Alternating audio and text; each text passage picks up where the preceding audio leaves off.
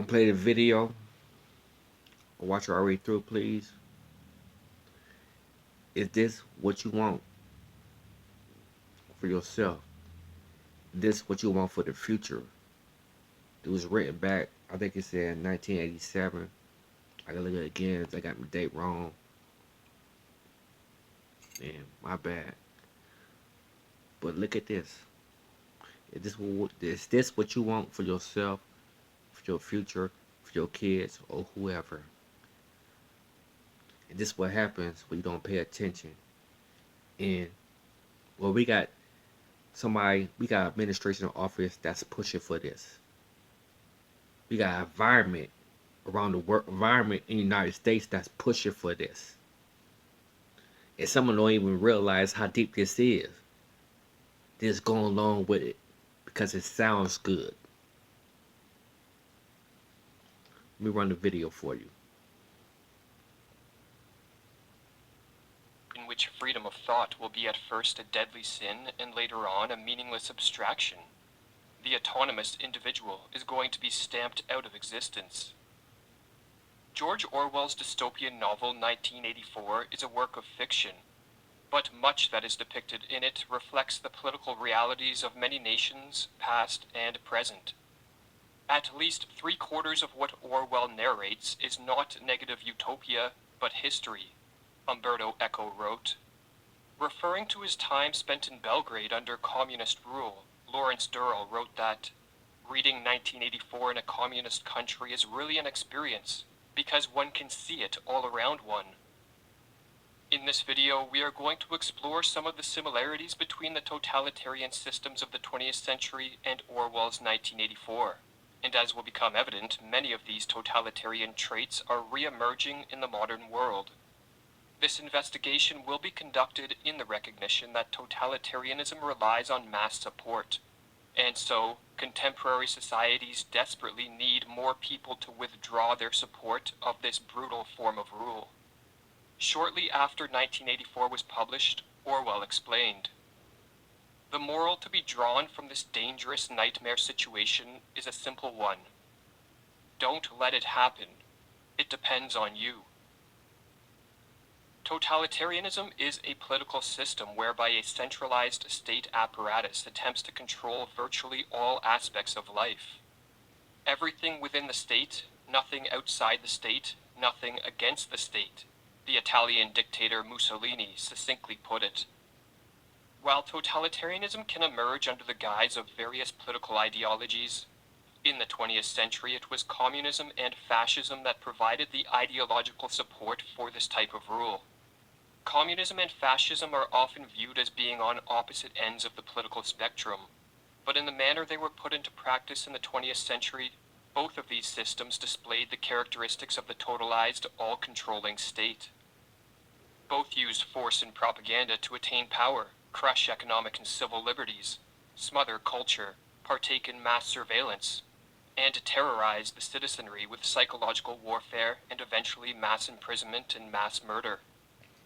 Speaking of Stalin's communist Russia and Hitler's Nazi Germany, Orwell explained, "The two regimes, having started from opposite ends, are rapidly evolving towards the same system, a form of oligarchical collectivism. In the communist and fascist political systems of the 20th century and in 1984, the totalitarian regime maintained a tight grip of control on the populace through the use of manufactured fear. Totalitarian leaders, whether of the right or of the left, know better than anyone else how to make use of fear. They thrive on chaos and bewilderment. The strategy of fear is one of their most valuable tactics." In 1984, continuous war between the three superstates perpetuated this state of fear. It was not important who was at war with who, or who was allied with who, as this was changing all the time, and the point of the war was not for one superstate to conquer another, but for all three superstates to work behind the scenes to create the conditions of terror that would enable them all to institute totalitarian controls within their own borders. Constant surveillance of all of the citizens was an additional tool in the arsenal of the totalitarian regime of 1984. Surveillance not only allowed for more effective overt control of the citizenry, but it also induced paranoia, which made it less likely that any citizen would even dare step out of line. This surveillance was achieved, firstly, through the technology of the telescreen, which was installed in everyone's home and throughout the streets, and as Orwell explained, the telescreen received and transmitted simultaneously. There was of course no way of knowing whether you were being watched at any given moment. It was even conceivable that they watched everybody all the time. But at any rate, they could plug in your wire whenever they wanted to. You had to live, did live, from habit that became instinct, in the assumption that every sound you made was overheard, and, except in darkness, every movement scrutinized. Secondly, mass surveillance of the citizenry was conducted by the citizens of 1984 themselves. Each person watched everyone else, and each person was, in turn, watched by everyone else.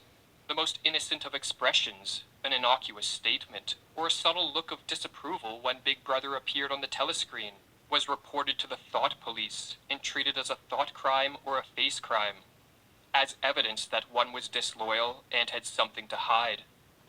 It is intolerable to us that an erroneous thought should exist anywhere in the world, however secret and powerless it may be, Orwell has the character O'Brien explain. In Stalinist Russia, Alexander Solzhenitsyn noted that one could never be sure whether one's neighbors, friends, co-workers, the postman, or even in some cases one's own family, would report to the secret police a slip of the tongue, a criticism of Stalin or of communism. For if one was reported, their fate was usually sealed. The police would knock at the door in the middle of the night, and soon after one would be given the standard sentence of a tenor, that is, 10 years in the slave labor gulag prison camps. This form of surveillance created social conditions wherein most citizens adopted hypocrisy and lying as a way of life, or as Solzhenitsyn explains in the Gulag Archipelago, the permanent lie becomes the only safe form of existence. Every wag of the tongue can be overheard by someone, every facial expression observed by someone. Therefore, every word, if it does not have to be a direct lie, is nonetheless obliged not to contradict the general, common lie. There exists a collection of ready-made phrases, of labels, a selection of ready-made lies. In addition to a ubiquitous state of fear, in totalitarianism there exists a widespread state of confusion and mental disorientation amongst the citizenry.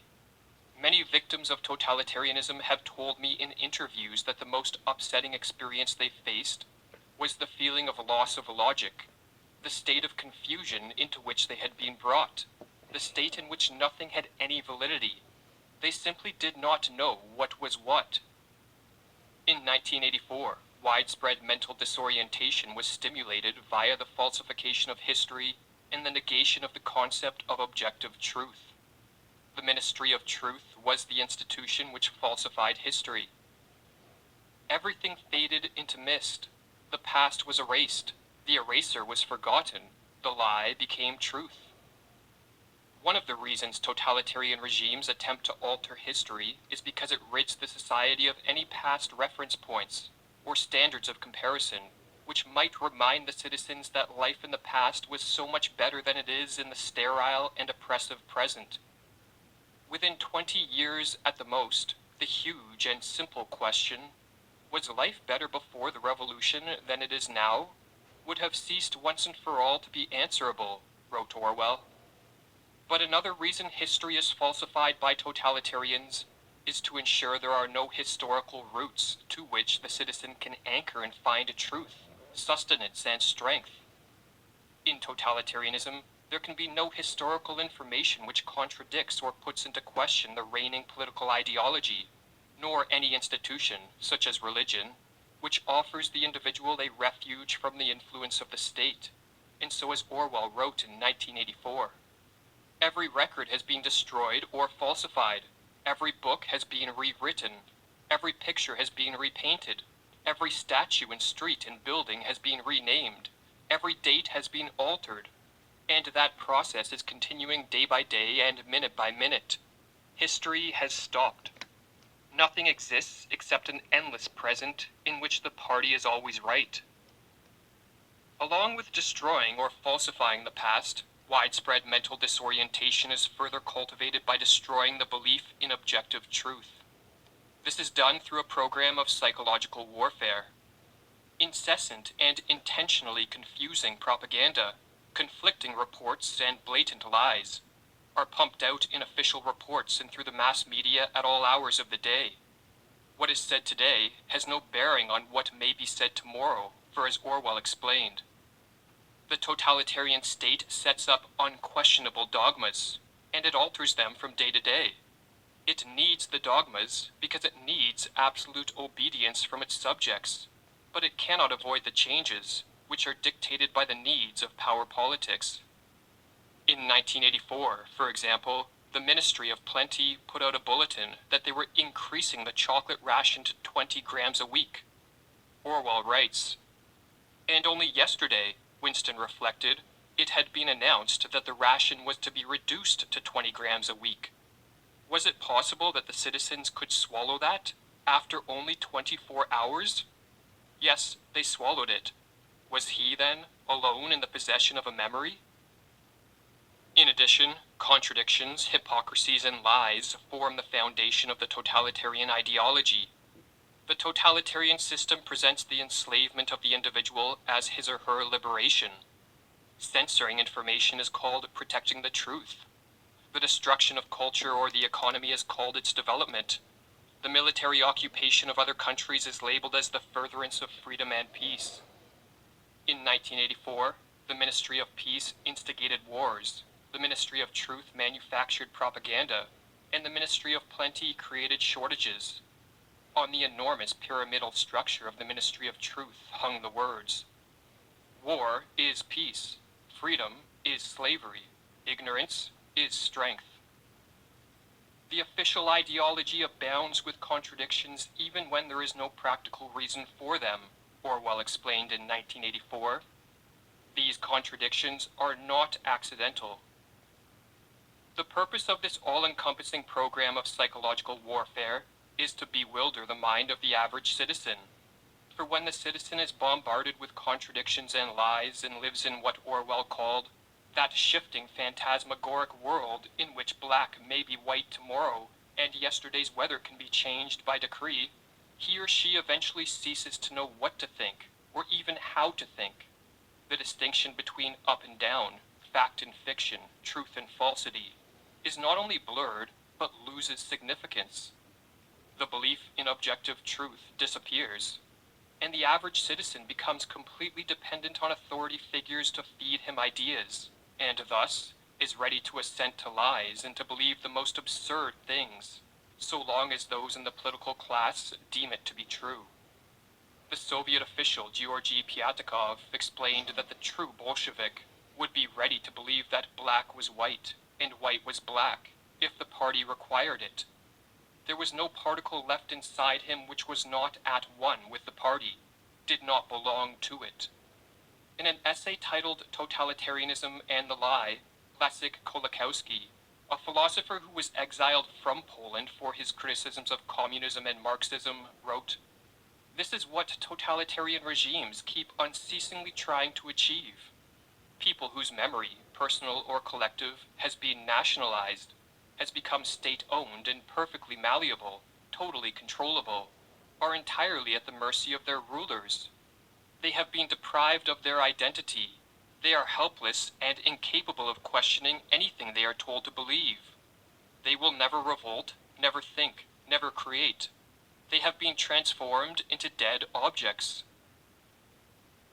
In 1984, the main character Winston manages for most of the book to stand psychologically outside the grasp of the party and its leader Big Brother, despite the widespread fear and mental disorientation which swirls around him. "Down with Big Brother," he writes in his diary early in the book. However, after being arrested by the thought police and subjected to re-education, Winston abdicates his reason and conscience and begins to accept the lies. He joins the totalitarian cult and becomes another brick in the wall of the all-powerful state.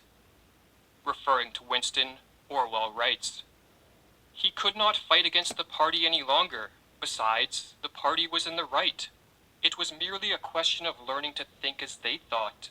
The pencil felt thick and awkward in Winston's fingers. He began to write down the thoughts that came into his head. He wrote first, in large clumsy capitals, "Freedom is slavery." Then almost without a pause he wrote beneath it, "2 and 2 make 5." The struggle was finished. He had won the victory over himself. He loved Big Brother.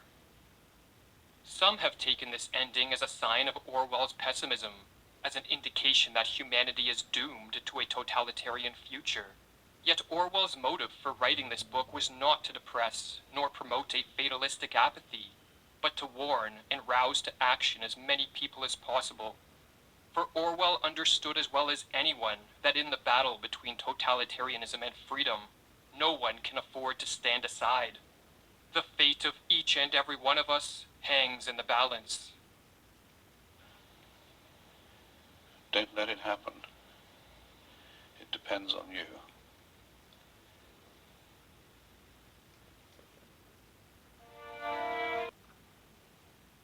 Who went around trying to destroy history? Black Lives Matter. Who helped them? The Democrat Party. Who backed them? The Democrat Party. Who trying to control everything with fear right now? Who's using the media to control fear right now? The Democrat Party.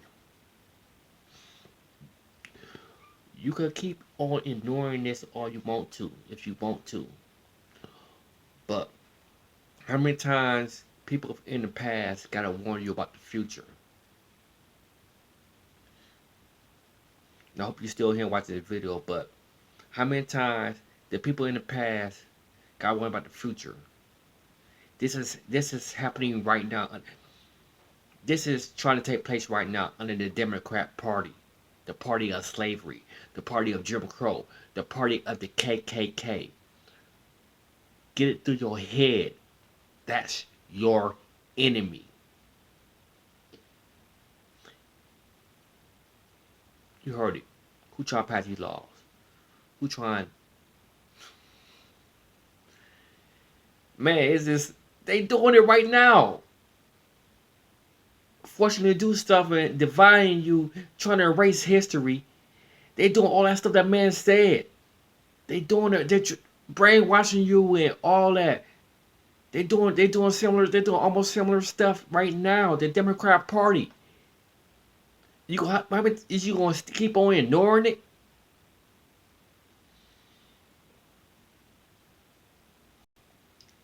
In the far left, in the progressive, Democrat Party, far left, and the progressive, and some Republicans. So there's some up there in the mainly the ones up there in the Capitol. But you got ones down here in the state level. You need to say thank you. And the ones that they call them state representative. Oh shoot, to run the state. I can't think of the name of state representative, something like that. I can't think of the name of it right now. I'm just baffled right now. But you need to stick with these Republicans, whether you like it or not, because they're the ones that saving us from this.